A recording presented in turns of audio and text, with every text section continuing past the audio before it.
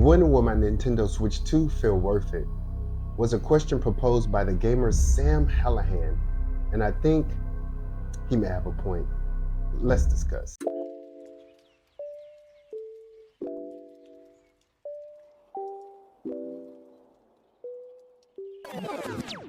Okay, I'm sure some of you are thinking, how dare you discredit Nintendo, the god of gaming?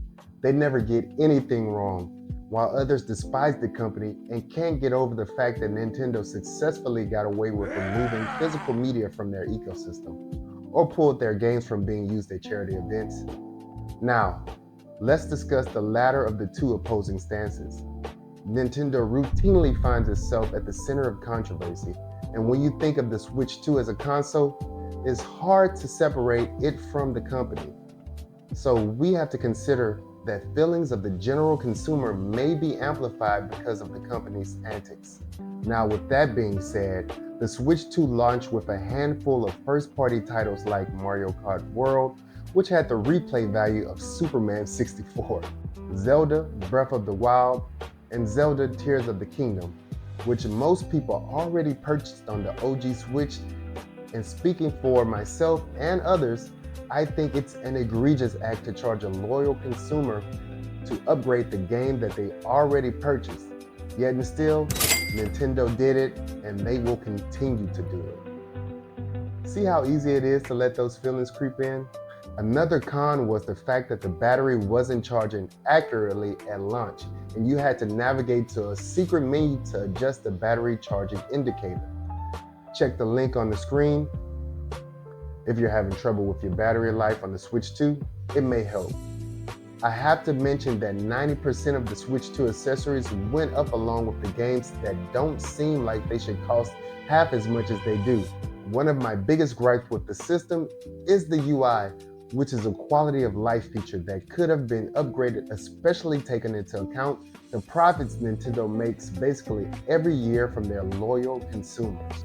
Now to address the former of the two opinions, the fact that the Switch 2 is the best gaming console in the world, the product that Nintendo has been working towards for the past 15 years. Yes, you heard me correctly. The Wii U was the prototype for the Switch game consoles. And guess who was the guinea pig? Me, you, your best friend you encouraged to buy the system before it imminently failed. What about the enhanced 7.9-inch 1080p LCD screen, which is larger and has higher resolution than the OG Switch, allowing you smoother gameplay with support for HDR and frame rates up to 120 frames per second. While I have to give kudos to Nintendo regarding size and resolution of the Switch 2 display, it's obviously less vibrant than the original Switch OLED model and has somewhat poor motion clarity, but it does output in 4K while docked. I guess that's something to be proud of. It supports 1440p monitors compatible with most Switch 1 games, headset support on Pro controllers, mouse support, supports Switch 1 Joy-Cons and Pro controllers, improved sound, noise canceling mic built into the console, increased storage and rewrite speed. Gee whiz, this console is amazing. It has all the things I would expect from a console that's $400+. I would start a riot if Xbox or PlayStation had consoles that were missing these features. Again, I posed the question, when will the Nintendo Switch 2 feel worth it? Who knows? That answer is subjective and can only be answered by you, the consumer. I'm happy with the purchase, or perhaps the potential of the purchase. I'd rather look forward than backwards. Yes, you heard me correctly. I'm a hypocrite, and you are too. I'm sure many of these points you agree with. And are you still playing? I am. I have Pokemon to catch, A From Software game to ponder over. I have races to queue up, and barrels to smash. Let's face it, Nintendo won the day you threw that first fireball at a dumbass turtle.